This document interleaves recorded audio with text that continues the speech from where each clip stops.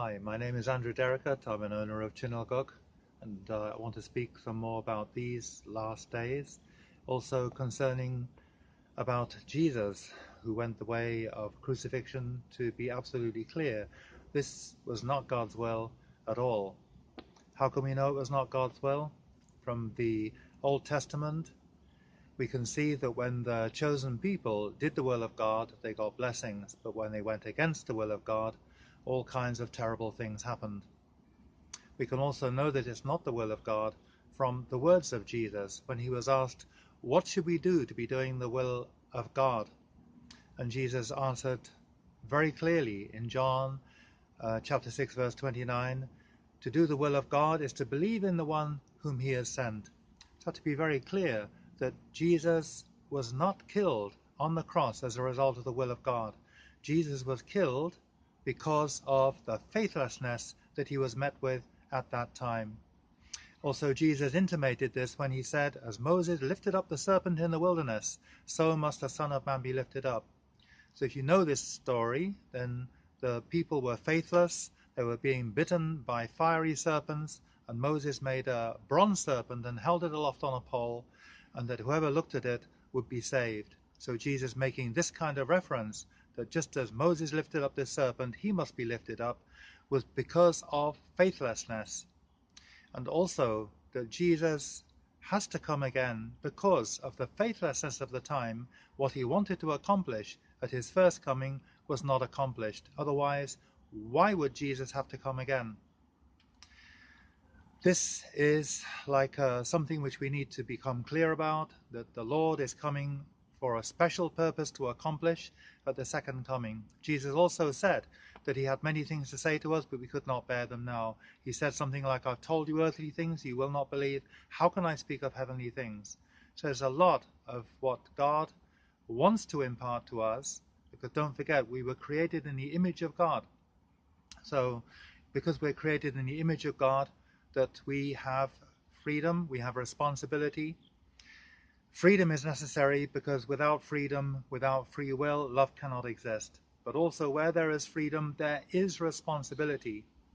There were two choices at the fall. They could take God's mandate not to eat of the fruit, but they chose not to. God sent Jesus as the Messiah. The people have a choice, and there's certain key people also who made choices at that time. They can make a choice to believe in Jesus and follow him, or to go against him. There's a suffering Lord, or there's a victorious Lord. This is also explaining why there is freedom. There's free will. People have free will. They have free choice. God does not predestine everything absolutely. This is why there are dual prophecies in the Bible. The most important ones, or the most noticeable ones, you could say, there's Isaiah 9, Isaiah 11, and Isaiah 60. These are all speaking about the victorious Lord. Isaiah 53 is speaking about the suffering Lord. This is dependent on which way people choose. When Jesus was in his hometown and went to the synagogue and read from the book of Isaiah, he actually read from Isaiah 61. Why didn't he read Isaiah 53?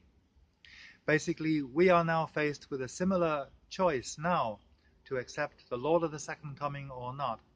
How can we be sure if the chosen people of 2,000 years ago made a wrong choice concerning Jesus, who is the real Messiah?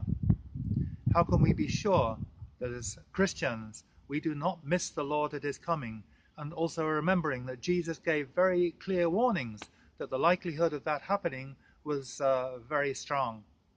So we should take the warnings that Jesus gave seriously, that he would suffer and be rejected by this generation, that who would have faith in these last days, and be aware that the coming of the Lord may not come in a way that you anticipate. So again, I strongly recommend that you can read the Divine Principle, which is explaining the Bible from a certain particular point of view. This is the same Bible, but actually if we read the Bible, only the Bible, we can see very clearly, for example, that John the Baptist failed his responsibility. we can see very clearly that the chosen people failed their responsibility because of what happened to them since the time of Jesus' death until today. You have to be aware that God is not a capricious God. God is an absolute God, and God is doing things according to a certain particular way, a certain principled way, not an arbitrary way. And also that God cannot interfere with our portion of responsibility. So we need to investigate in which manner the Lord may come. So I want to speak about this later also, because there's some uh, record in the Bible saying that the Messiah will come on the clouds. And I'm saying this is metaphoric. This is written in a way that can be interpreted not as a literal cloud. Um, for example, in Revelation 17:15, it says, "The waters that you saw were many nations, tongues, peoples, and kings." And also, however dirty water is, if you evaporate it, it becomes purified. So the clouds could also mean people who are connected with God. It doesn't necessarily have to mean literal clouds. It could be metaphorical clouds. This kind of way of speaking. So I want to encourage you to look at the teaching of Reverend Sam Young Moon. You can download a copy of the Divine Principle from www.sanctuary_pa.org, and you can read it there. It's very, very interesting.